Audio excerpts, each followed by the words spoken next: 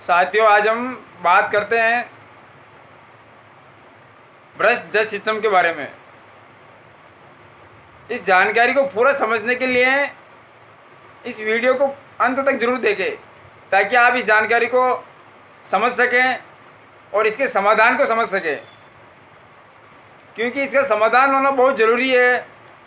देश के विकास में, नए आविष्कारों में ये जज सिस्टम सबसे बड़ा बाधक है। हाल ही में एक सुप्रीम कोर्ट के जज रिटायर्ड हुए हैं।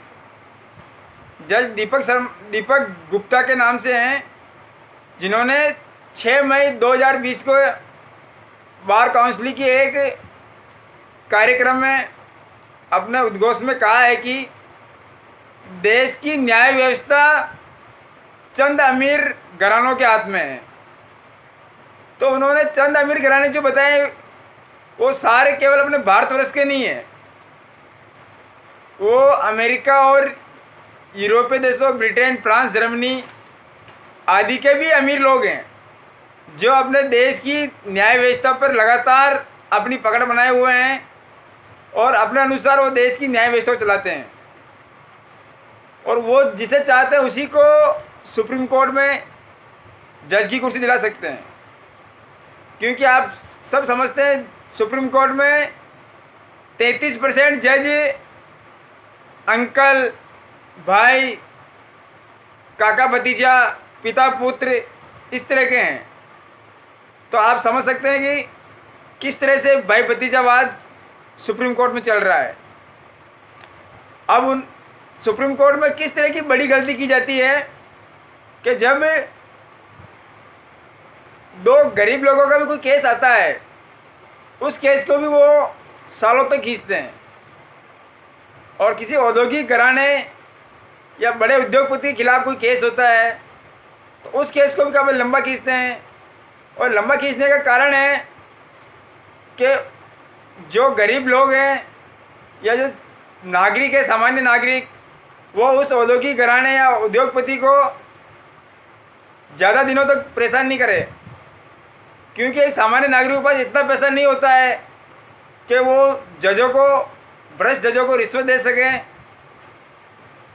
और उस केस को काफ़ी दिनों तक लड़ सके।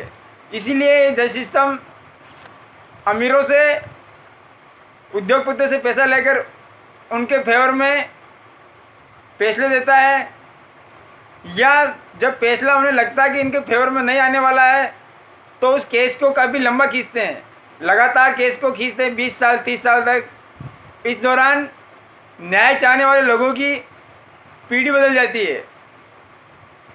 दूसरा, इस जज सिस्टम के कारण कई जो नए आविष्कारक हैं, कारीगर हैं, साइंटिस्ट हैं, वो अपने नए प्रयोग नहीं कर पाते हैं, क्योंकि वो जब भी किसी तकनीक का नया प्रयोग करते हैं, जो पुराने जमे हुए उद्योगपति हैं वो उन्हें दबाने के लिए उनके खिलाफ किसी तरह का केस करते हैं या उनके पेटेंट के खिलाफ आवाज़ उठाते हैं, और वो कोर्ट में केस 20-30 साल तक चलता रहता है।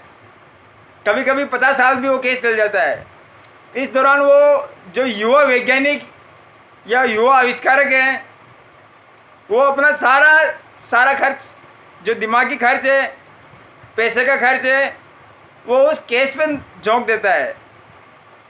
जो दिमाग, जो पैसा उसके आविष्कार पे खर्च होना चाहिए, वो सारा पैसा उस कोर्ट केस में चला जाता है, और जब तक उसकी उम्र भी ख़त्म होने में आती है। इस तरह के देश में कई मामले हो चुके हैं कि जब देश के उच्च स्तर के वैज्ञानिकों को झूठे आरोपों में फंसाया गया और अंत में वो बरी हुए हैं, या उनकी केस के दौरान ही मृत्यु हुई है।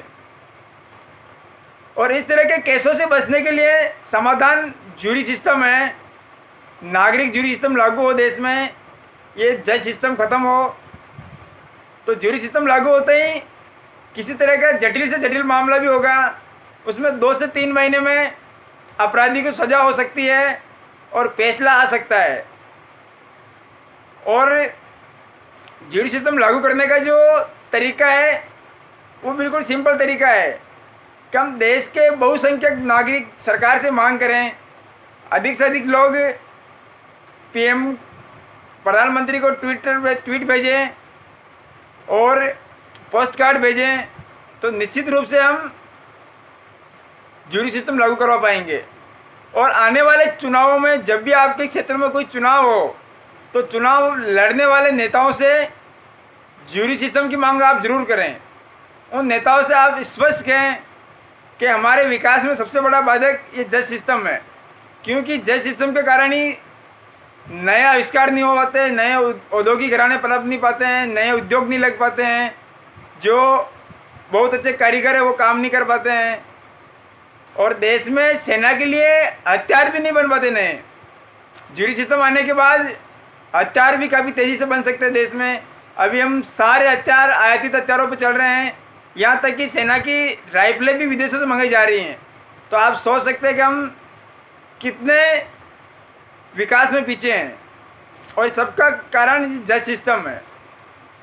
तो आप जो ट्विटर पे ट्वीट भेजेंगे या पोस्ट कार्ड पे जो पोस्ट कार्ड में लिखना है, वो जानकारी के लिए जब ये वीडियो यूट्यूब पे देखते हैं तो उसके डिस्क्रिप्शन में देखें। डिस्क्रिप्शन में मैं सारी जानकारी दे दूँगा, वहाँ से आप जानकारी ले सकते हैं।